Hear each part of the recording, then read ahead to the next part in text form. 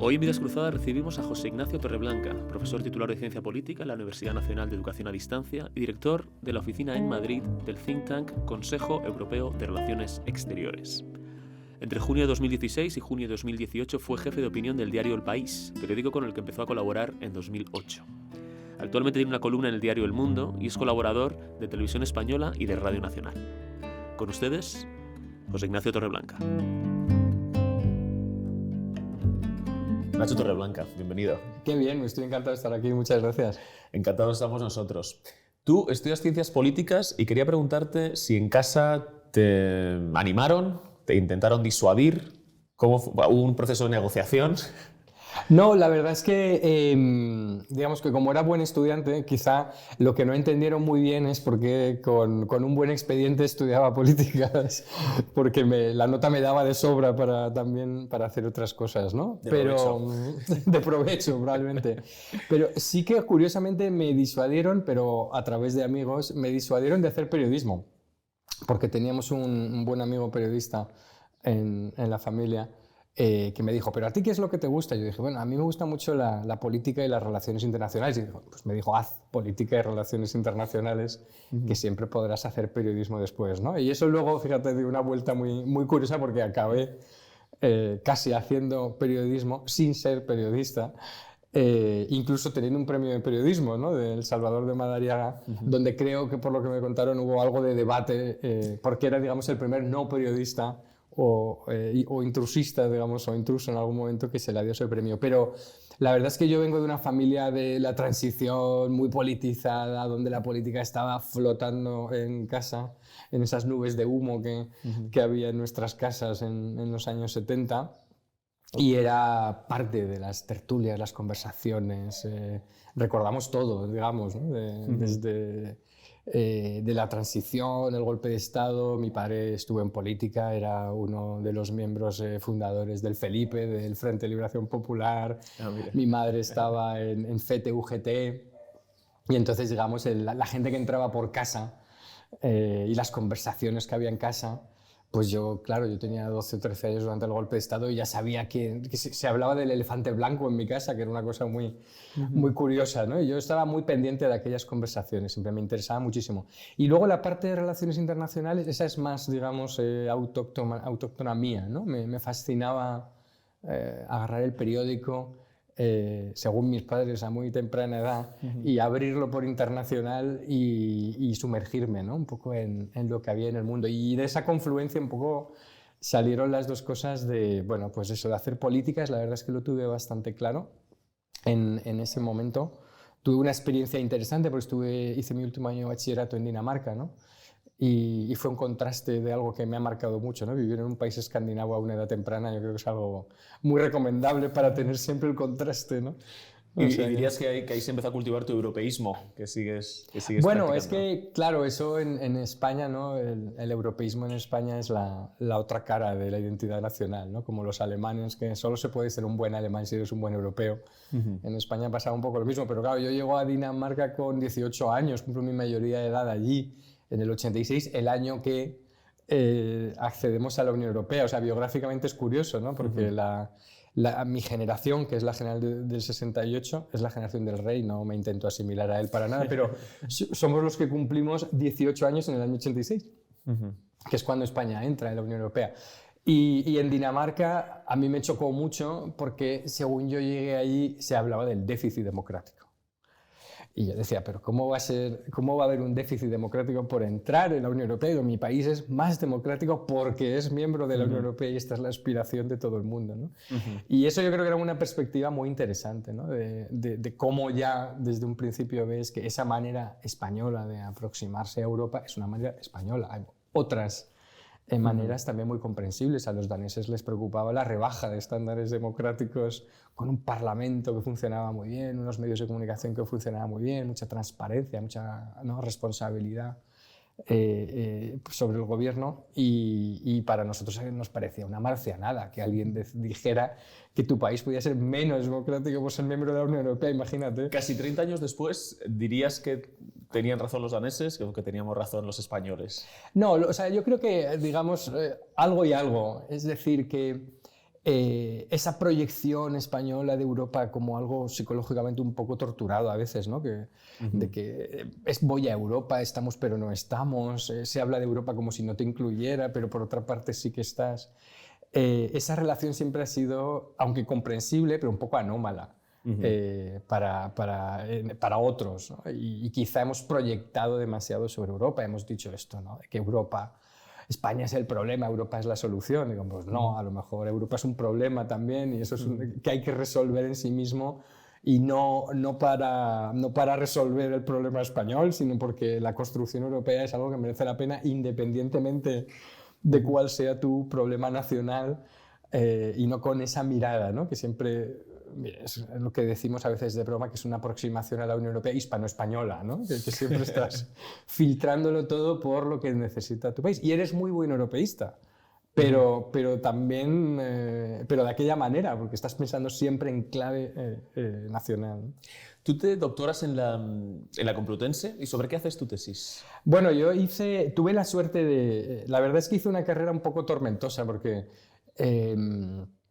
era un momento, bueno, pues también la facultad estaba muy, muy politizada, teníamos una asociación de estudiantes y nos peleábamos con las otras asociaciones de estudiantes. Yo recuerdo que en mi facultad, en aquellos días cuando sacamos una representación en las elecciones de junta de facultad con una asociación de relaciones internacionales, nos dieron un despacho. Teníamos derecho a compartir despacho, ¿no? En unos despachos que había para asociaciones estudiantiles.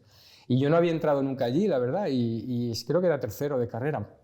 La puerta de la delegación de estudiantes era el anagrama de ETA pintado de arriba abajo en color rojo, verde, con la serpiente, el hacha, con todo el detalle y todo el cuidado. Es decir, la presencia y la normalización de todo este tipo de grupúsculos, que allí no eran grupúsculos, eran grupos grandes, ¿no?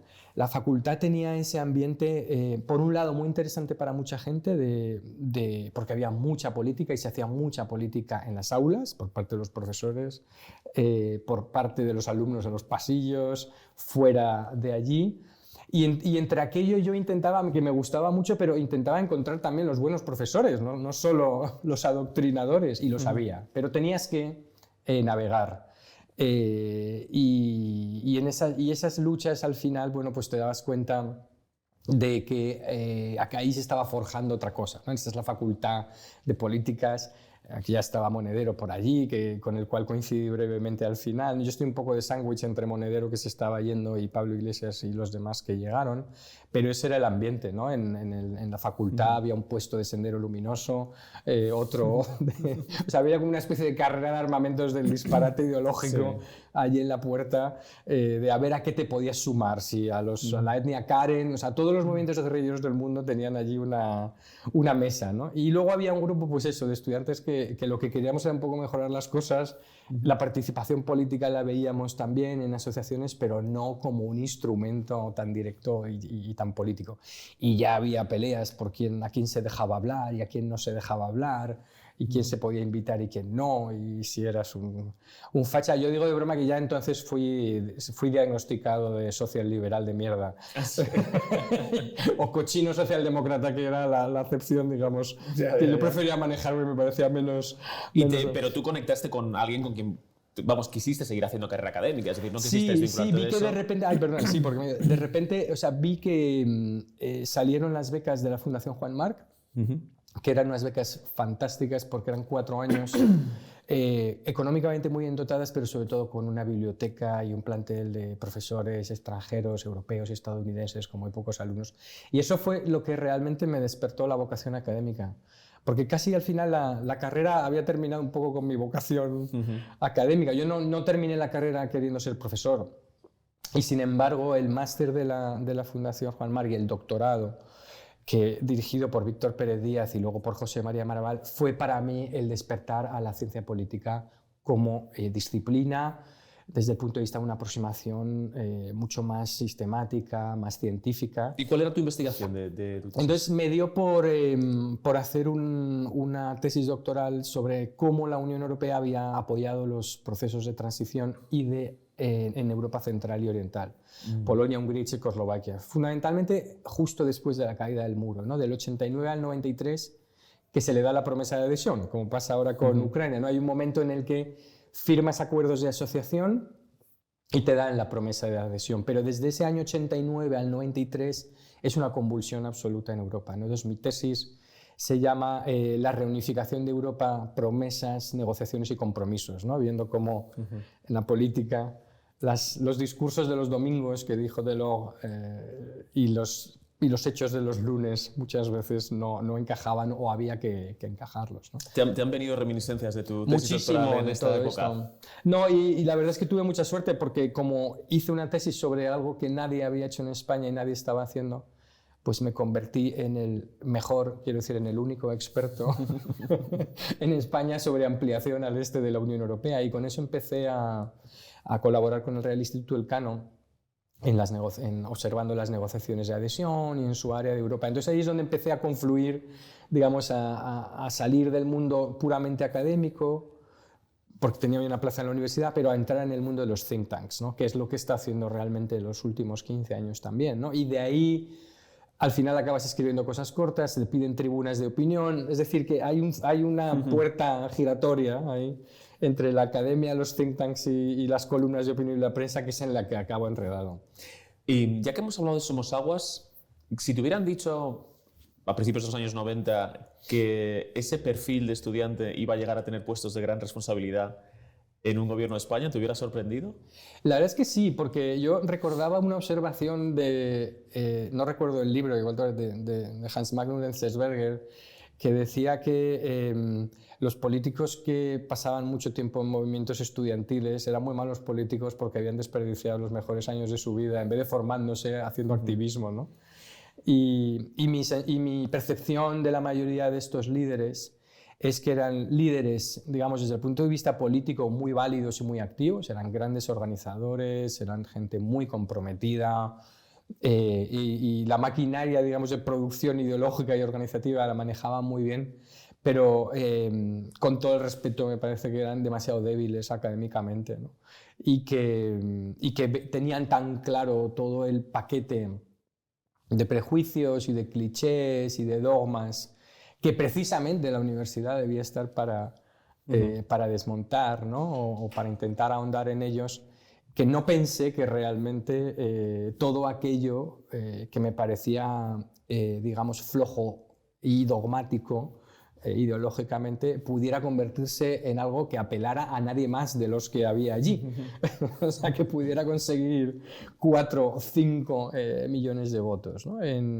Y por eso cuando surge el fenómeno de Podemos, recordando mi época de la universidad y porque yo estaba trabajando en temas de populismo en el ámbito europeo, ya en mi think tank, en el European Council on Foreign Relations, es cuando me lanzo a escribir este libro sobre Podemos y asaltar los cielos, porque quería precisamente hacer esa conexión un poco biográfica también, ¿no?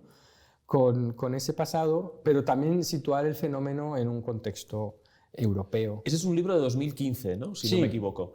Desde 2015 hasta ahora han pasado 8 años. ¿Cómo ves ese libro en comparación con cómo ha sido Podemos? Pues la verdad es que yo creo que el libro, hace poco además tuve la oportunidad de volver a mirar eso, y está mal que lo diga uno, pero creo que ha envejecido bien, porque no trataba tanto de hacer unas predicciones sobre el futuro. Sí que al final hablo un poco de qué pensaba yo que podía plausiblemente pasar, ¿no?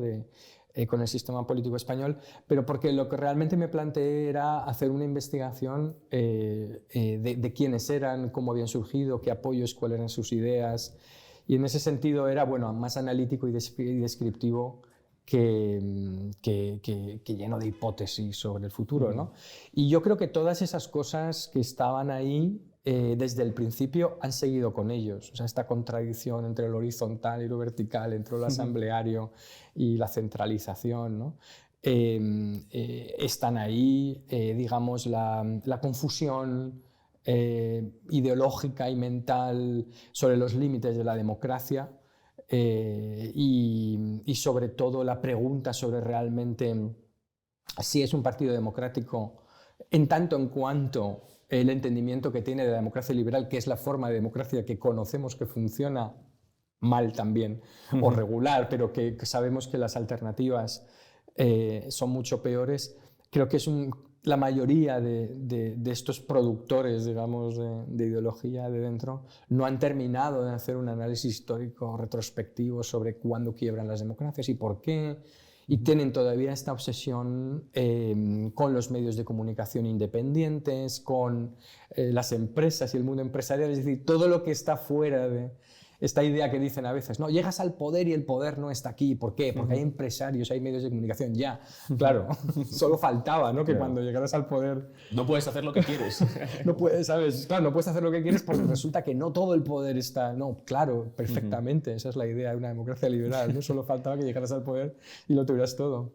Tú comienzas a colaborar con El País en el año 2008. Sí. Y te conviertes en jefe de opinión en el año 2016. Es decir, vives, bueno, desde 2008, la crisis, después el 15M, esto como, digamos, como colaborador, pero luego vives momentos, ahora hablaremos después del procés, que lo vives ahí en primera línea.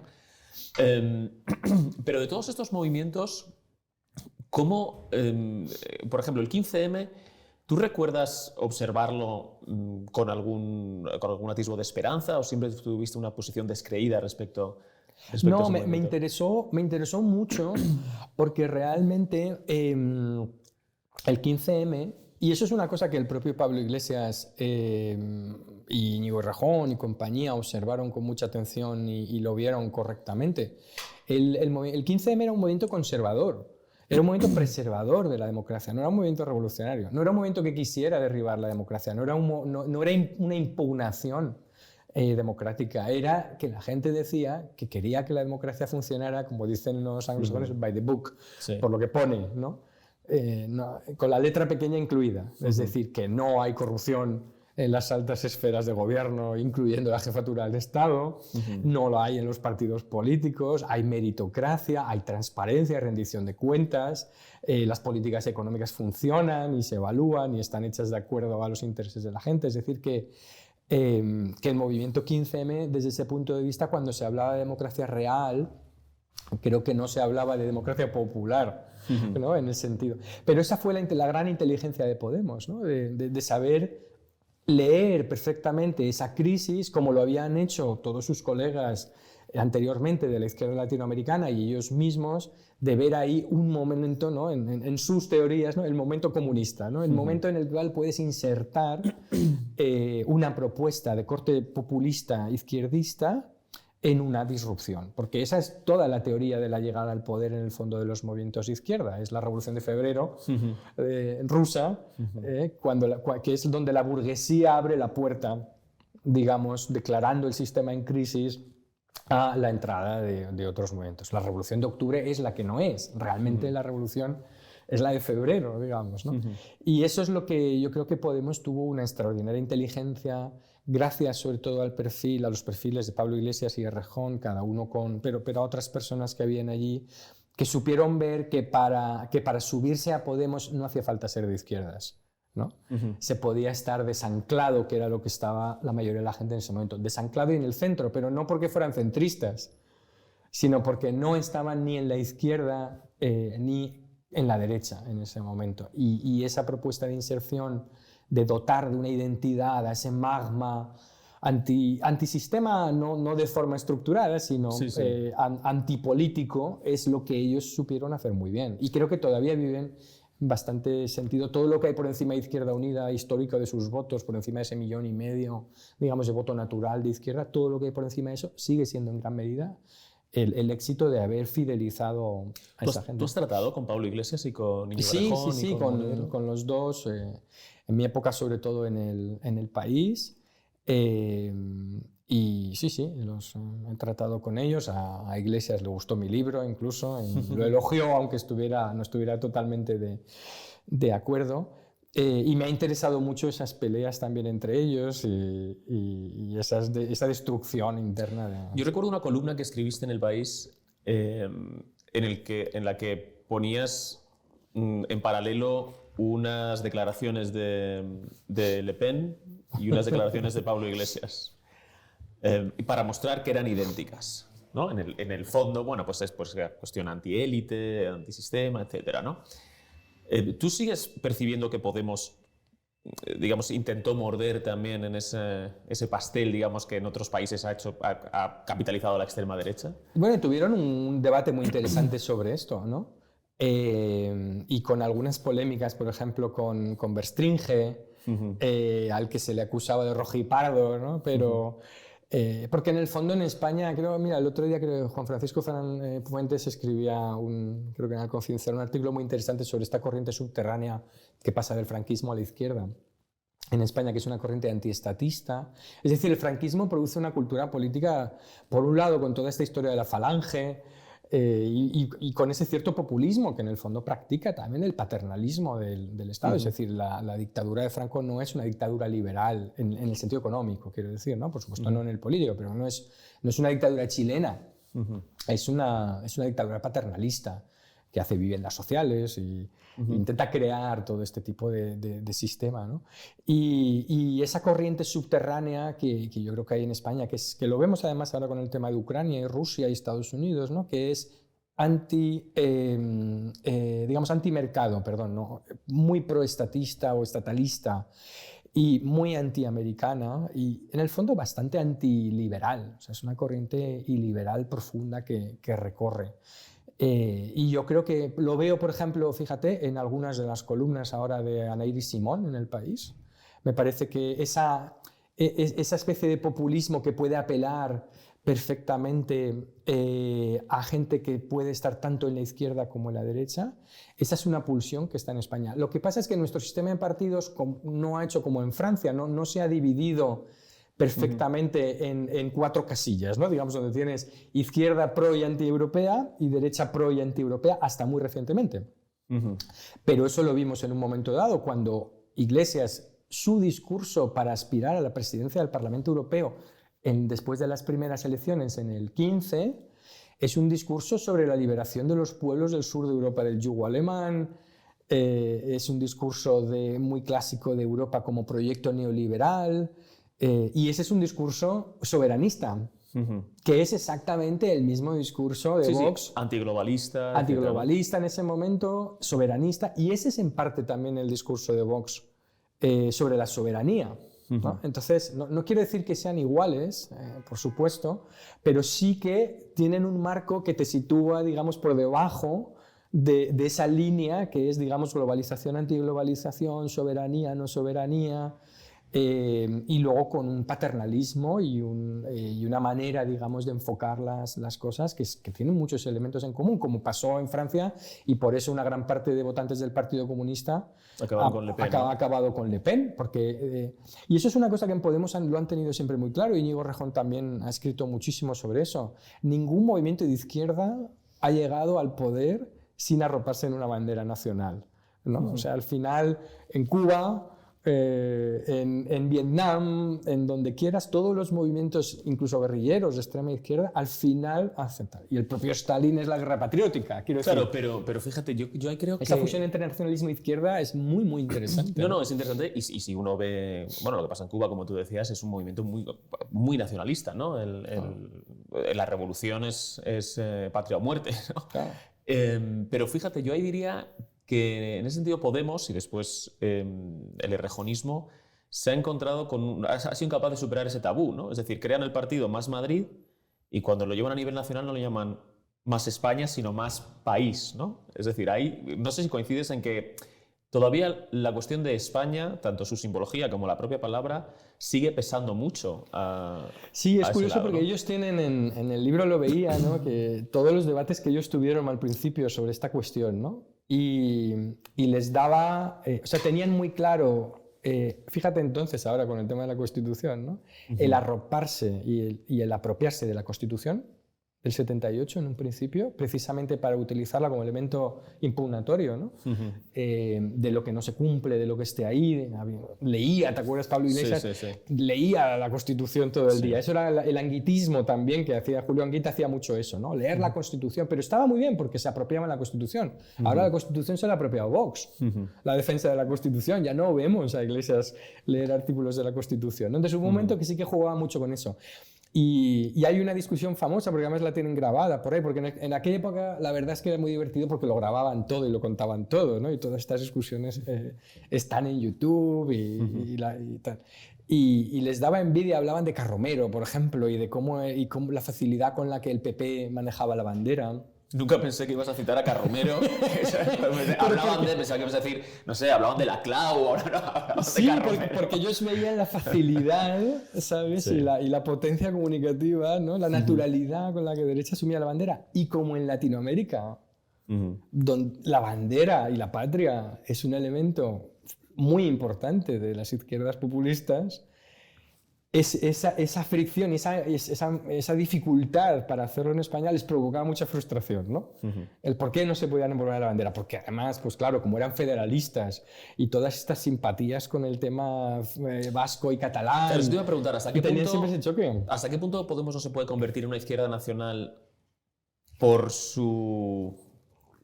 no sé, por su relación un poco de subordinación casi a Esquerra, a Bildu, incluso al BNG, es decir, por haberse querido convertir en pequeñas sucursales de esos partidos en vez de haber sido una izquierda, digamos, unionista, por decirlo de alguna forma, ¿no? Es que Errejón en ese momento yo creo que sí que lo tenía muy claro, porque ahí es el momento del Big Bang.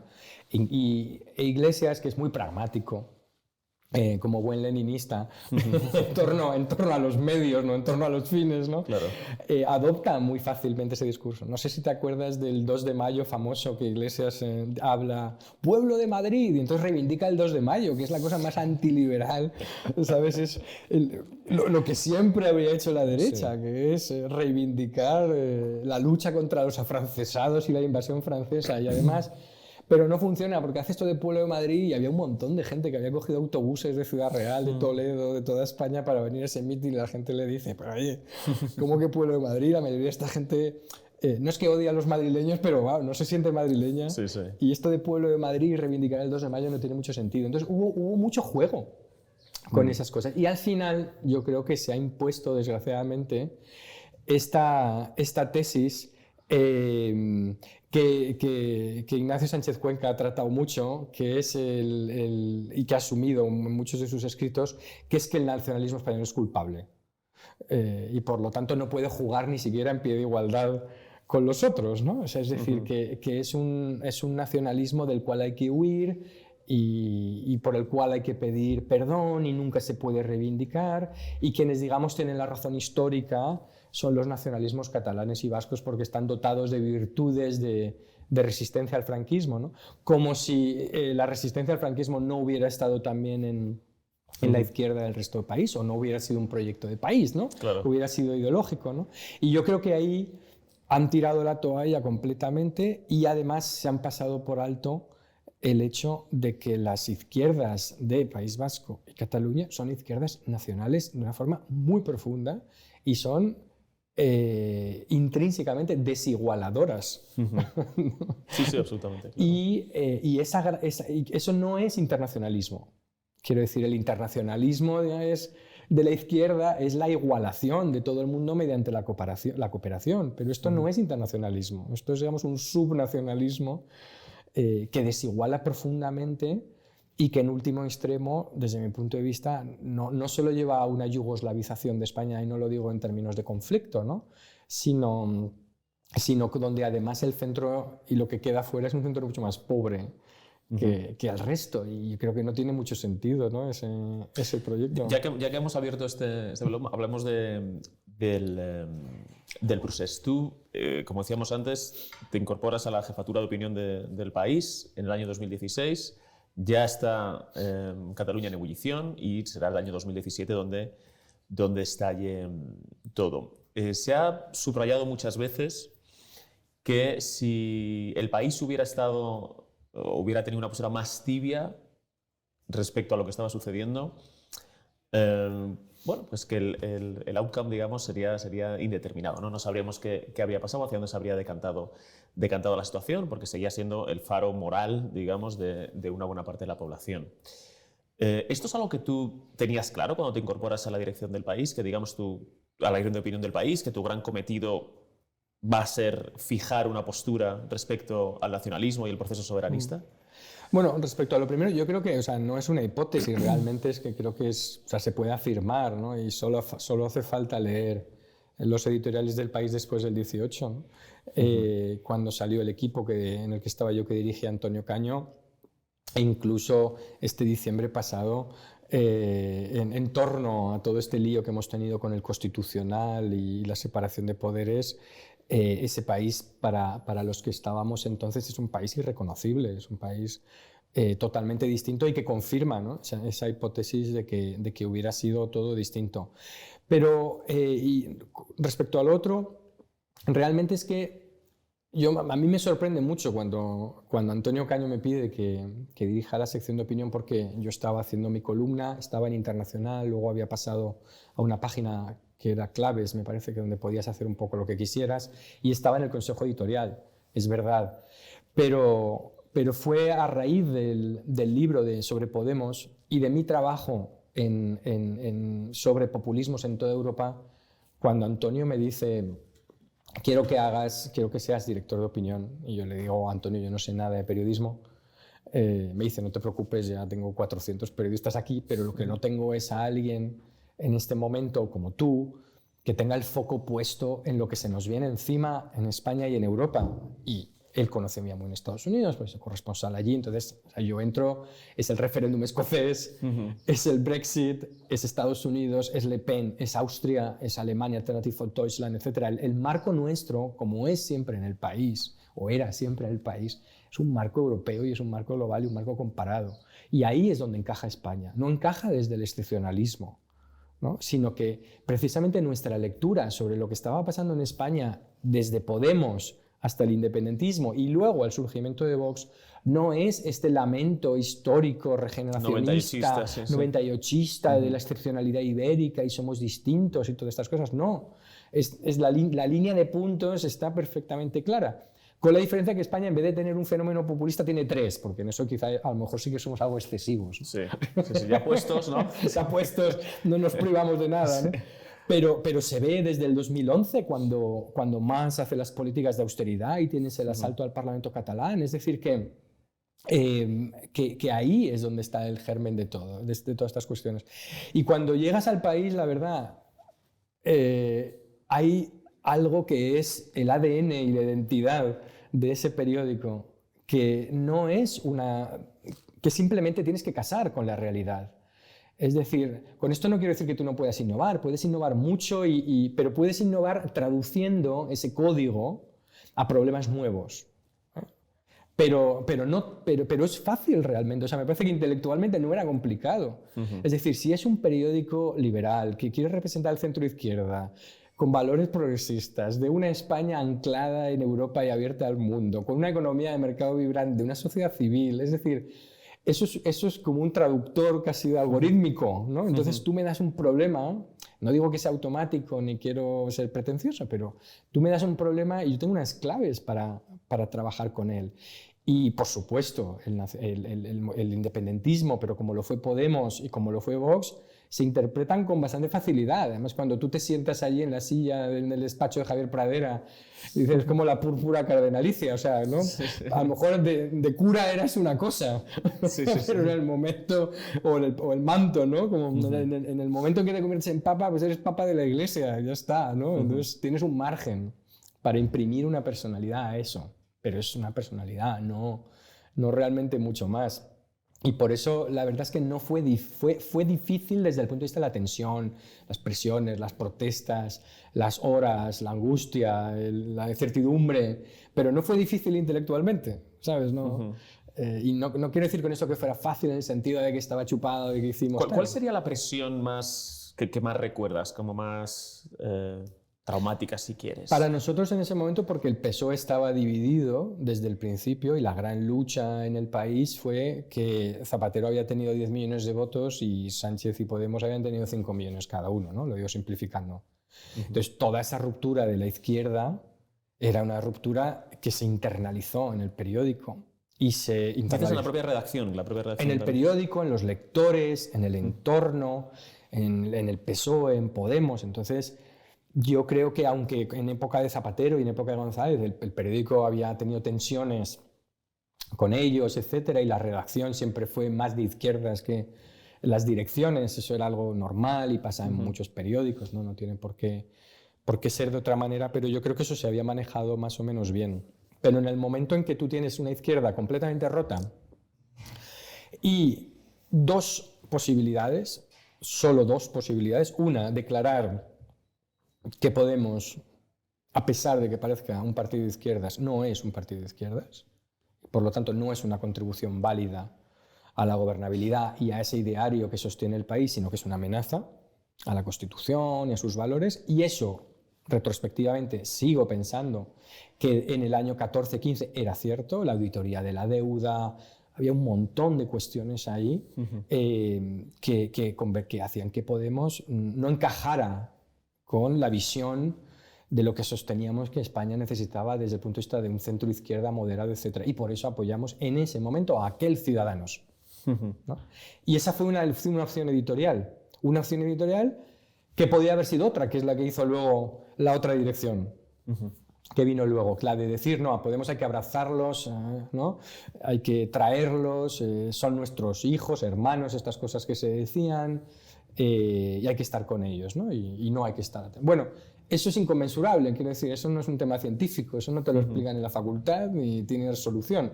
Es una apuesta editorial y una apuesta política de visión de país. Nosotros hicimos una, pero hubo mucha gente que luchó contra eso, igual que nosotros luchamos también contra el que esa opción no cuajara, y desde luego editorialmente intentamos apoyar siempre eso y marcar la distancia explicándolo y dando razones, no como se decía, conspirando, ¿no? Es decir, todo esto que decía que se conspira, ¿no? Se conspira a la luz pública en editoriales de 700 palabras que salen impresos.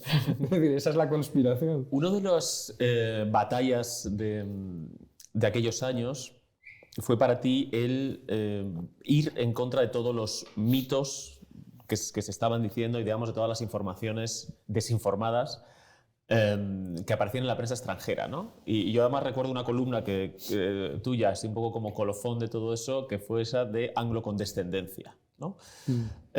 ¿Puedes contarnos un poco ese concepto? ¿Cómo lo alumbras y después de cuántas frustraciones y reflexiones? No, ahora pues lo puedo contar ahora con el tiempo. Yo creo que no lo he contado nunca en público. Esa columna estaba dedicada a John Carlin, que había sido colaborador del País, muy amigo de Antonio Caño, y que cuando llegó tuvimos la verdad es que muy buena relación, porque él me decía, a mí me gusta mucho que me editen y que se lean mis cosas, aquí nadie se lee mis cosas y en el mundo anglosajón nos leemos y nos editamos y todo esto, ¿no? Y yo la verdad es que empecé a tener una buena relación con él y tal.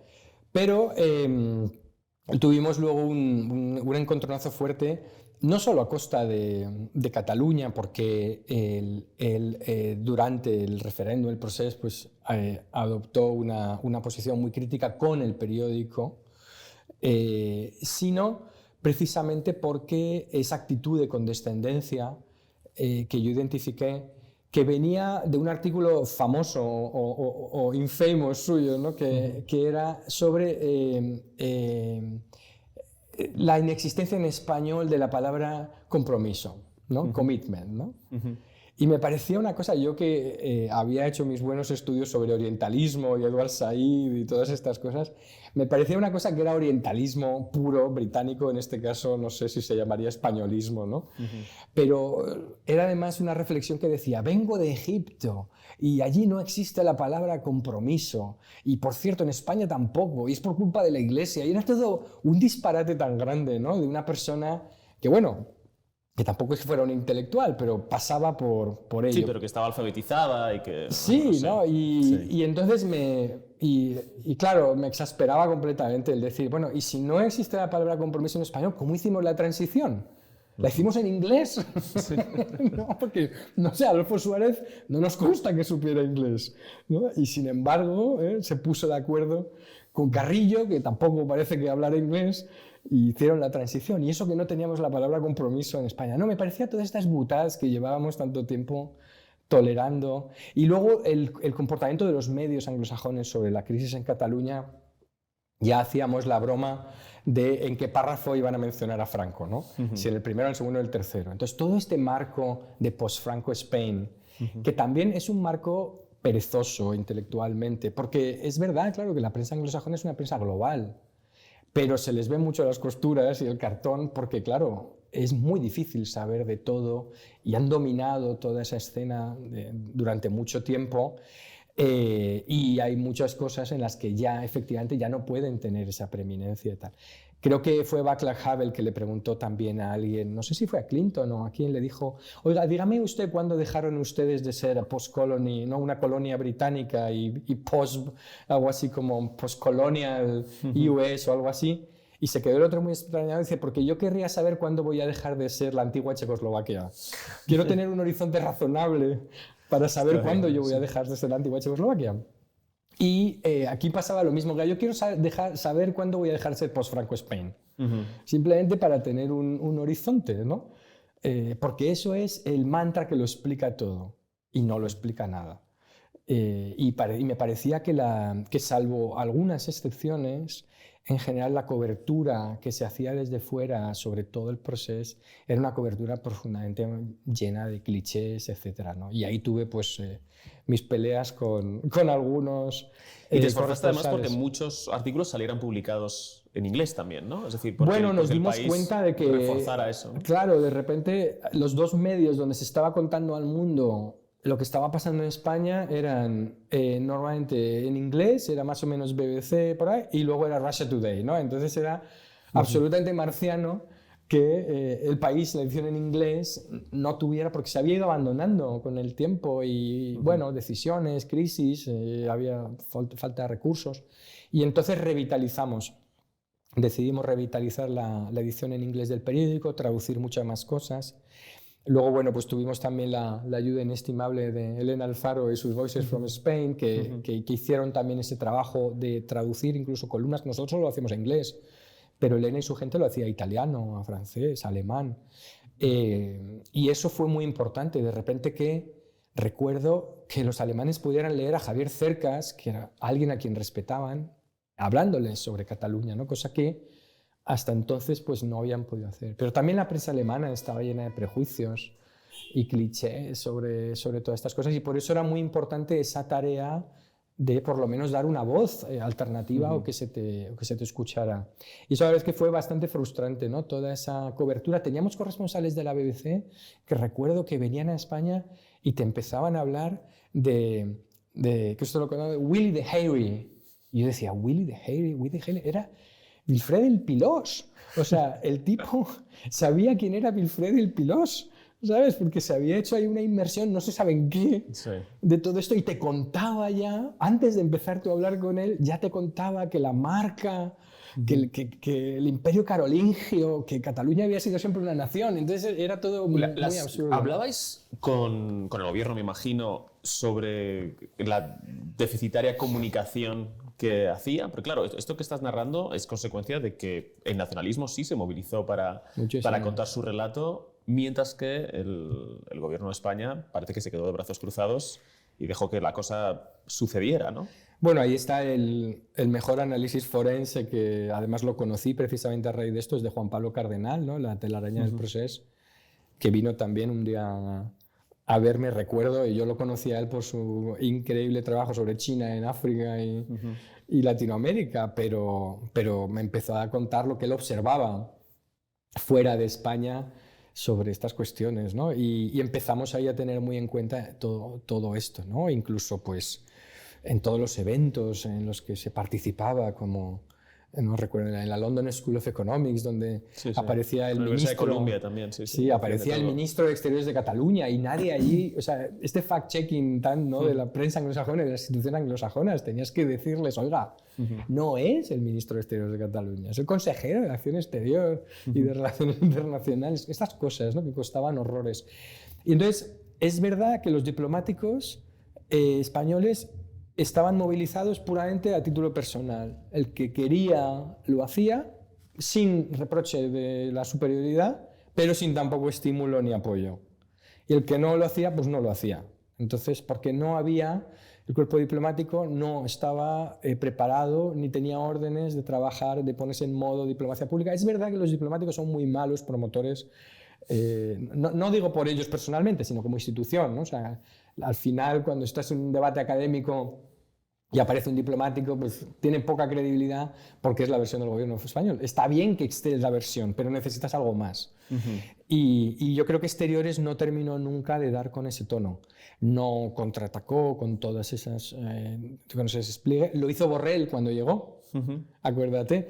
Y eso generó muchísimas fricciones. Y la verdad, por suerte para Borrell, él se fue a Bruselas antes de que hubiera tenido que seguir siendo ministro de Exteriores del gobierno. Un gobierno apoyado por que retiró, claro, que retiró todas las demandas que había contra esas oficinas de acción exterior de Cataluña y todo eso.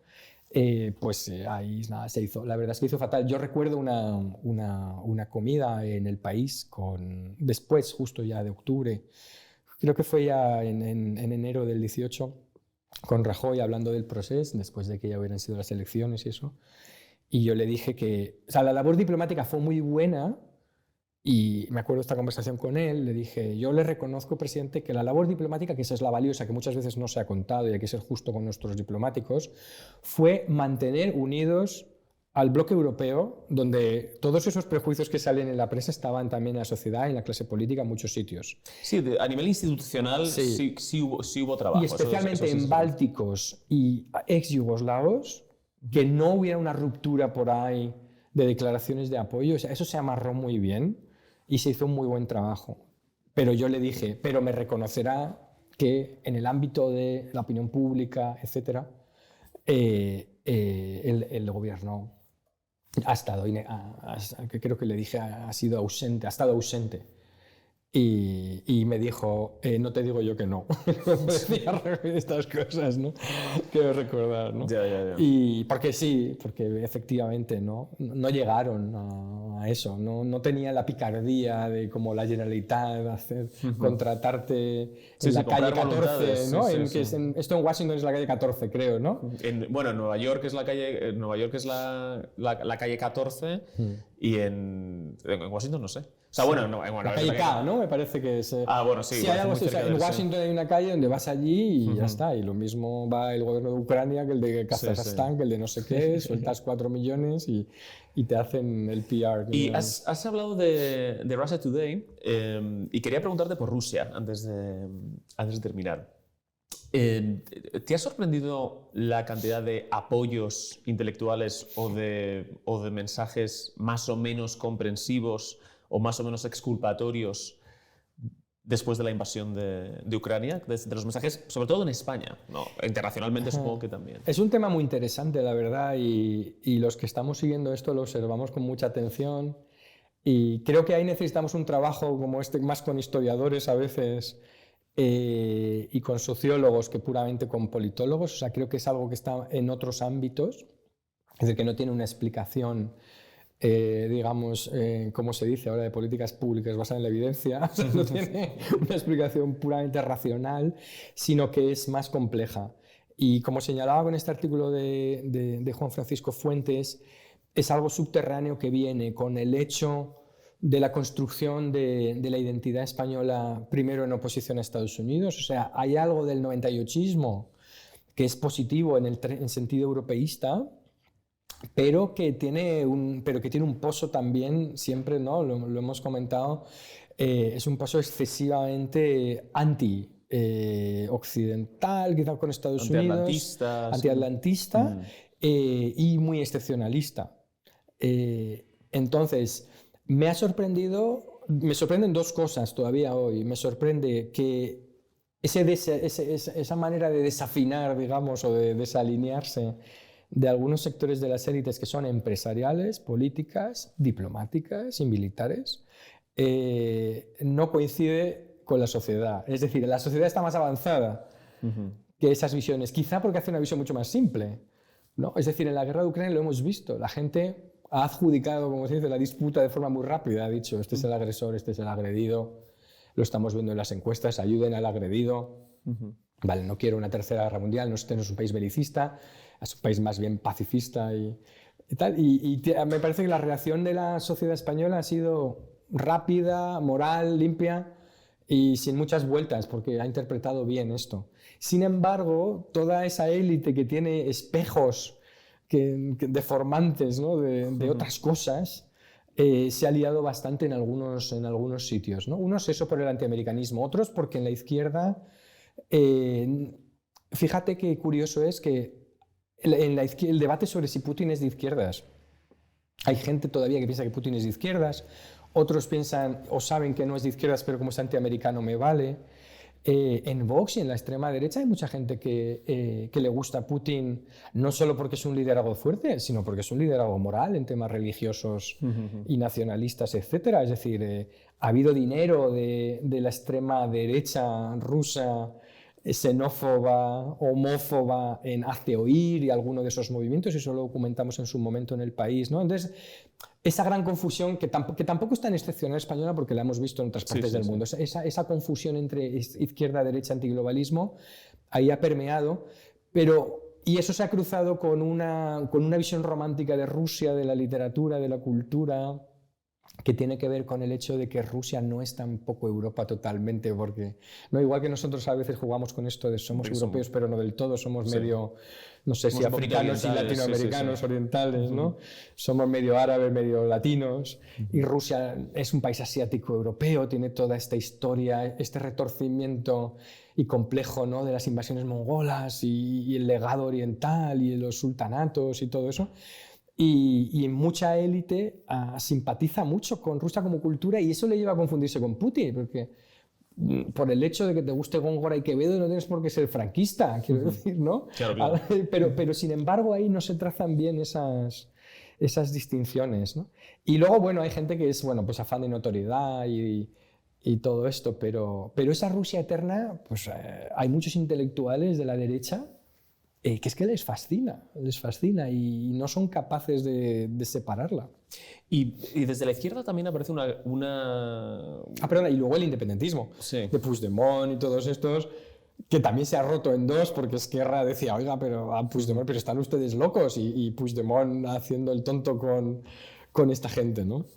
No, te iba a preguntar por la izquierda, porque también hay una nostalgia del bloque soviético como una especie de contrapoder, ¿no? A Estados Unidos, como decías.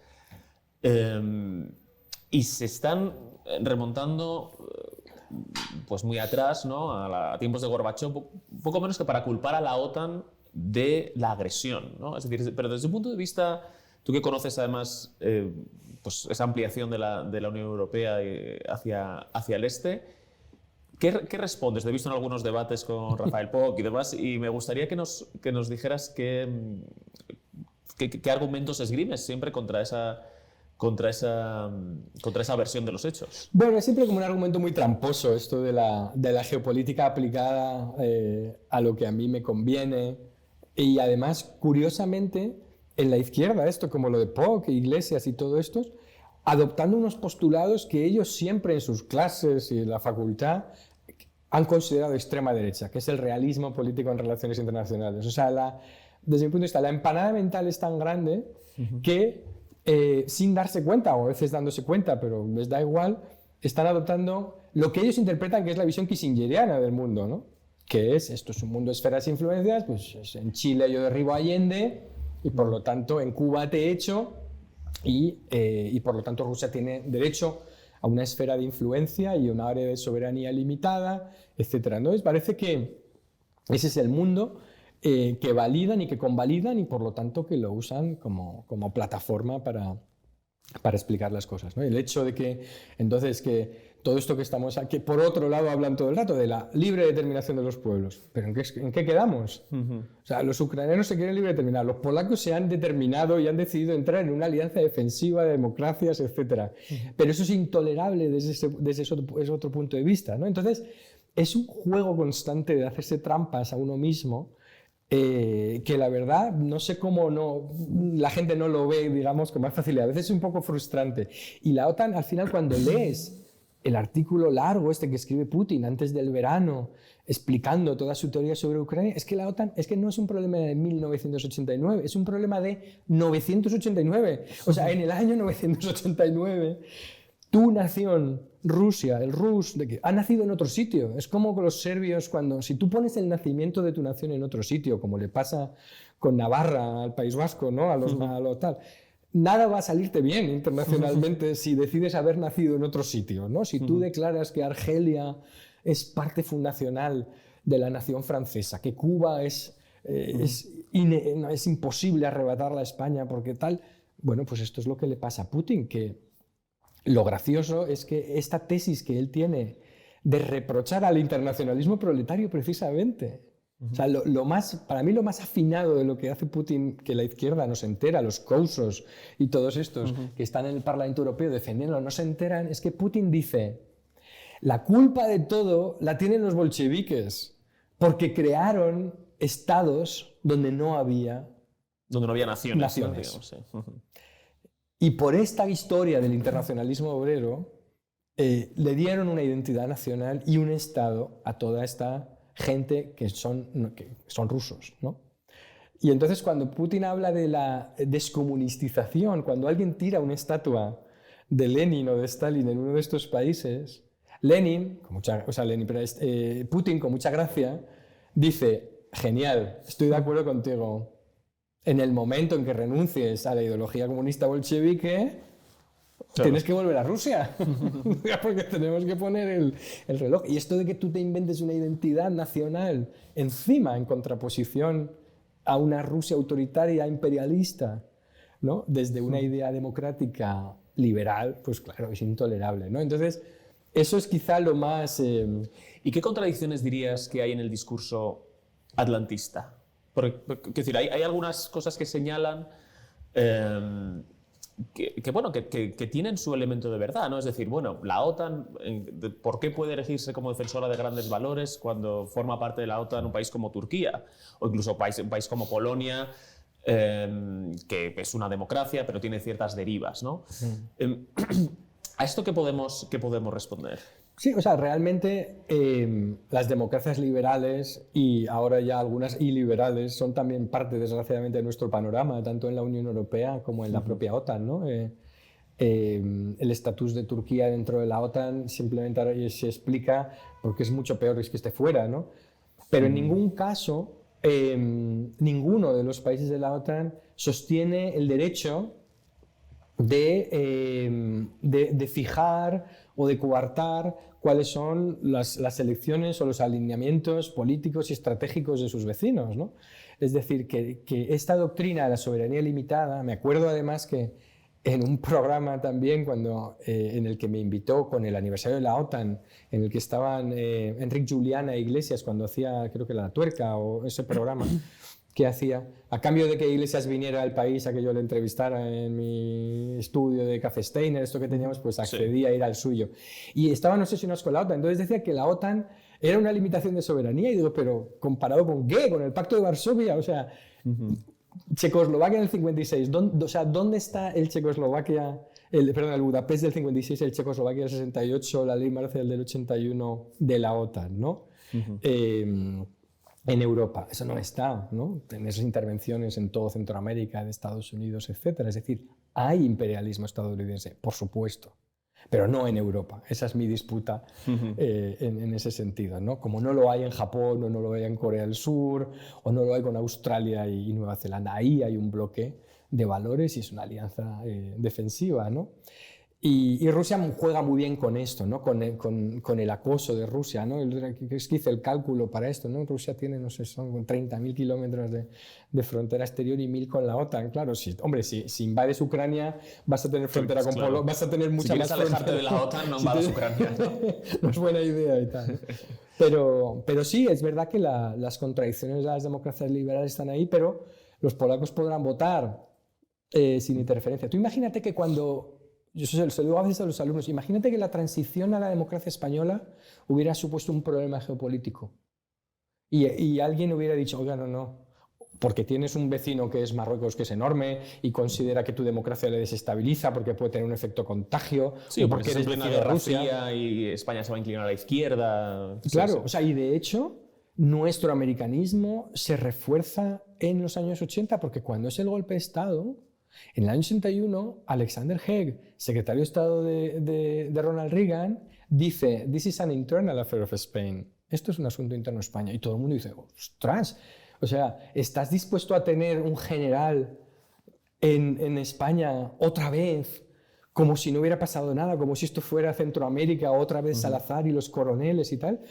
Cuando la Unión Europea, evidentemente, era obvio que no iba a tolerar, ¿no?, una España gobernada por una junta militar, y ni siquiera los propios españoles, o sea, no lo necesitábamos, pero fue muy chocante que todavía Estados Unidos pensara el mundo diciendo: bueno, en principio, mientras esté el rey y los militares, estoy contento, ¿no?, con aquello, ¿no? Entonces, bueno, eso es un poco la...